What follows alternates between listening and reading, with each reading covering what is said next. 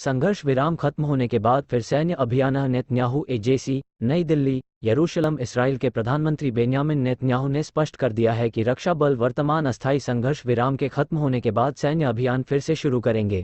दोनों पक्ष सोमवार को संघर्ष विराम को और 2 दिन के लिए बढ़ाने तथा कैदियों के बदले बंधकों की अदला बदली जारी रखने पर सहमत हुए। वहीं इसराइल ने मंगलवार को 33 फिलिस्तीनी कैदियों की रिहाई की पुष्टि की। इनमें 30 बच्चे और 3 महिलाएं शामिल हैं। सोमवार की रिहाई के साथ 24 नवंबर को संघर्ष विराम लागू होने के बाद से इसराइल ने अब तक 150 फिलिस्तीनियों को जेल से रिहा कर दिया है।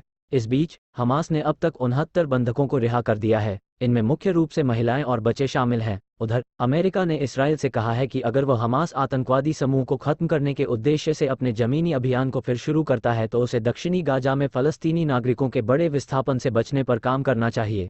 अधिकारियों ने बताया कि जो बाइडन प्रशासन बड़े पैमाने पर नागरिक हताहतों या बड़े पैमाने पर विस्थापन से बचने पर जोर दे रहा है, जैसा कि लड़ाई में मौजूदा अस्थायी विराम से पहले देखा गया, कार्रवाई जारी रहेगी। एवेसिडनावा के साथ संघर्ष को लेकर अपनी आगे की रणनीति का बारे गिलोन ने कहा कि उनका देश पर कार्रवाई को इसराइल ने अब तक 150 फिलिस्तीनियों को जेल से रिहा कर दिया है। बंधक ने कहा, धीरे धीरे बिगड़ने लगे थे हालात। एपी, तेल अवीव। हमास की कैद से रिहा एक इसराइली बंधक ने आपबीती बयां की है। उसने बताया कि उसे शुरुआत में अच्छी तरह खाना दिया गया, लेकिन बाद में हालात बिगड़ने लगे और उसे एक बंद कमरे में रखा गया जहां वह करीब 50 दिन तक प्लास्टिक की कुर्सियों पर एक चादर बिछाकर सोई। 78 साल की रुति मुंदर ने इसराइली चैनल को बताया कि उन्होंने अपना पूरा वक्त अपनी बेटी केरेन और नाती ओहाद मुदज्जिचरी के साथ बताया। इसी दौरान ओहाद का 9वां जन्मदिन पड़ा। मुदर को 7 अक्टूबर को दक्षिण इसराइल के निर ओज में उनके घर से घसीट कर ले जाया गया। उनके पति अवाहम, 78, को भी बंधक बना लिया गया और वह गाजा में ही है। उनके बेटे की हमले में मौत हो गई।